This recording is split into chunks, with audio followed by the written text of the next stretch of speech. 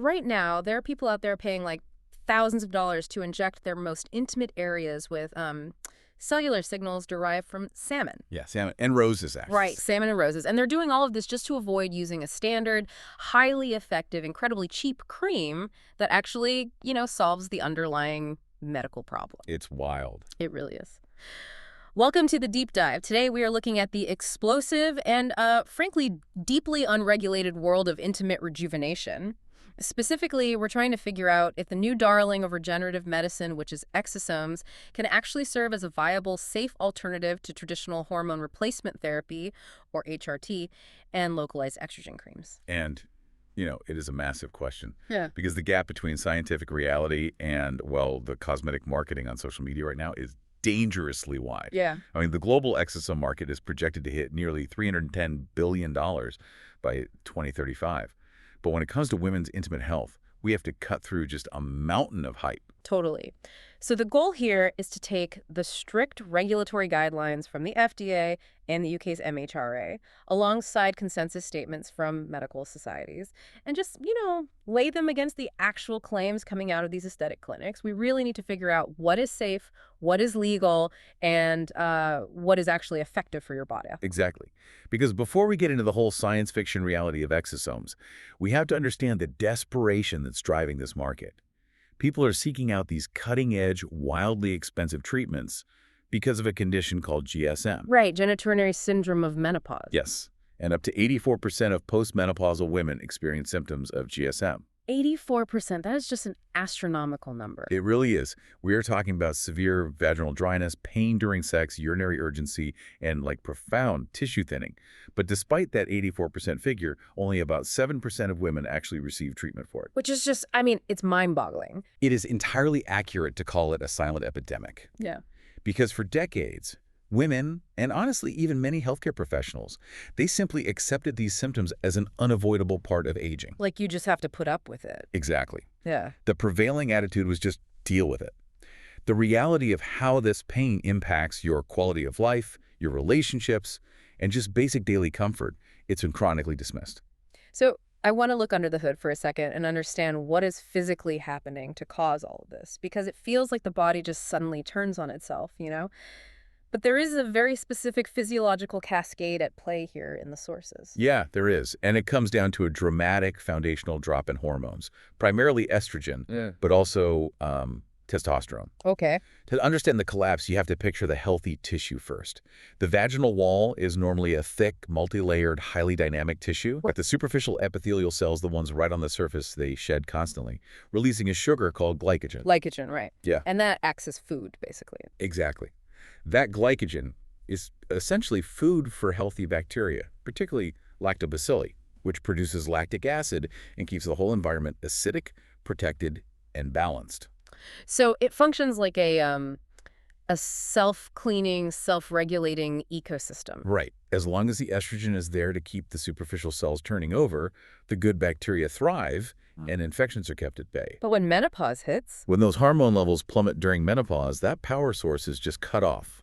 The mucosal layer thins out dramatically. Yeah. The superficial cells, they drop to less than 10% of their normal volume. Wow. Less than 10%. Yeah. And because of that, the glycogen disappears. Without the food source, the good bacteria die off and the pH levels rise above 5, so it becomes far more alkaline. Which instantly opens the door for bad bacteria to take over, right? Leading to constant urinary tract infections, bacterial vaginosis, all of that. Exactly. And, it's not just the surface level either. On a structural level, the tissue is physically degrading. Below that surface layer, the fibroblasts, which are the cells responsible for producing collagen and keeping things plump and elastic, they go completely dormant. They just shut down. Yeah, they turn into fibrocytes. The existing collagen fibers actually hyalinize, meaning they become rigid and fuse together, while the elastin just fragments. So the tissue is literally losing its stretch, its blood flow, and its moisture all at the exact same time. It's a profound structural collapse, which makes it entirely obvious why it causes so much pain. Completely obvious. But, and this is the crazy part to me, we already have proven solutions for this. The established medical community has very clear gold standards. Yes, they do. Systemic hormone replacement therapy is incredibly effective for overall menopausal symptoms like hot flushes and brain fog. But for GSM specifically, localized vaginal estrogen is the frontline hero. We're talking about ultra-low dose treatments like Vagifem pessaries or Avestin cream or DHEA products like Intrarosa. And I'm glad you brought up DHEA because that often gets confused with standard estrogen. Oh, really? Yeah. Yeah. DHEA, dehydroepiandrosterone, is a precursor hormone. It doesn't act directly on the body in the same way. Instead, your body takes the DHEA and converts it locally, right there in the vaginal tissue, into active hormones like testosterone and estrogen. Oh, so it's a highly targeted approach. Highly targeted. Right. Both DHEA and local estrogen creams work incredibly well because they directly address the root biological cause of the problem. They restore the pH, they thicken the tissue, and they wake up those dormant fibroblasts. So if these local creams and pessaries are so effective and have such negligible systemic absorption that they don't even flood your bloodstream, making them safe enough to be considered for many breast cancer survivors, why this sudden desperation for radical alternatives? That's a great question. I look at this and wonder if we are just dealing with a profound societal phobia of hormones, or if there is a genuine gap in what the medicine can actually do. Honestly, the phobia of hormones is a massive driving factor. But we can't just blame patients for being afraid. The medical and regulatory establishment is heavily responsible for creating that fear. How so? Well, think about it. If you walk into a clinic, get a prescription for localized vaginal estrogen, and the doctor assures you it is entirely safe, you feel relieved, right? Yeah. But then you go home, you open the box, and you unfold that mandatory patient information leaflet. That piece of paper is going to list terrifying side effects, risks of strokes, heart attacks, breast cancers, severe systemic issues. Oh, wow. Yeah, that creates instant cognitive dissonance. The doctor says it's perfectly safe, but the official legal documentation in the box basically tells you it might be lethal. Exactly. And medical consensus statements from bodies like the British Menopause Society explicitly state that those leaflets are out of date and factually inaccurate for localized ultra-low-dose products. Yes. They are based on outdated data from systemic oral HRT studies from decades ago. Yet regulatory bodies, like the MHRA in the UK, have simply failed to update the mandatory packaging to reflect current science. That is incredibly frustrating. So you take that entirely understandable fear combined with the modern desire for rapid aesthetic improvements, the promise of a hormone-free fountain of youth that wellness clinics are so eager to sell, and you create the perfect breeding ground for a miracle treatment to explode onto the market. Right. People want the biological clock rolled back without the perceived risk of hormones. Which perfectly paves the way for the exosome explosion. This desire for a hormone-free miracle cure is basically the bedrock of regenerative aesthetics right now. It absolutely is. So let's actually define what we are talking about when we say exosomes, because they are fundamentally different from the stem cell therapies that were all the rage a few years ago. Exosomes aren't even cells. No, they're not. They're extracellular vesicles. Right. And they are unbelievably tiny, measuring between 30 to 150 nanometers in diameter. To put that in perspective, they are roughly 1,000th the size of a typical human cell. The analogy from the sources that makes the most sense to me is thinking of exosomes as the body's biological text messages. That's a great way to put it. Yeah, they are microscopic envelopes stuffed with incredibly specific instructions, cargo like proteins, lipids, and microRNA. And when they are released by a healthy cell, they travel through the body to older or damaged cells, deliver this envelope, and essentially tell that aging cell exactly how to repair itself and act young again. It is a brilliant mechanism, and that specific method of communication is what makes them so appealing compared to older regenerative therapies. Like stem cells. Right. Stem cell therapy is about putting live, foreign cells into the body, hoping they replace the old ones. That carries heavy biological risks. Because they're live cells. Exactly. Live stem cells can be rejected by your immune system, or they can differentiate improperly, which carries a very real risk of tumor formation. Exosomes completely sidestep that issue. Oh, interesting. Yeah, they don't replace anything. They just signal your body's own existing repair machinery to wake up. They instruct your own fibroblasts to start pumping out collagen again. They actively reduce local inflammation, and they trigger angiogenesis, which is the formation of new blood vessels. It genuinely sounds like magic. I mean, you can see exactly why aesthetic clinics are aggressively packaging this up for intimate use. You look at the brochures, and they are offering these treatments under the broad, lucrative umbrella of vaginal rejuvenation. Wow, the marketing is relentless. They take these exosomes and stack them with other physical therapies. Like they will combine them with microneedling the vaginal tissue or the O-shot, which involves injecting your own platelet-rich plasma, and they're promising scarless healing, vastly improved sensation, and a total restoration of tissue elasticity, all without touching a single hormone cream. The appeal is undeniable. Yeah. It sounds like the perfect science fiction alternative to HRT. Yeah. But then this is a big but. This is exactly where the preclinical science hits a massive, unyielding regulatory brick wall. We have to issue a serious reality check on what is actually happening inside these aesthetic clinics. Because as of right now, there are 0 FDA or MHRA approvals for exosome therapy as a medical treatment outside of highly controlled clinical trials. 0. And the FDA has actually been incredibly aggressive about this, issuing multiple warning letters to clinics. Yes, they are. We are talking about facilities marketing unapproved biological products, completely failing to validate the sterility of the vials they are using, and patients suffering from severe drug-resistant infections and even tumor formation from unapproved biologics. This is the Wild West of regenerative medicine. The aesthetic industry has moved far, far faster than the clinical safety data. Let's look closely at the UK guidelines for a second, because there is a massive legal boundary here that patients are often completely unaware of.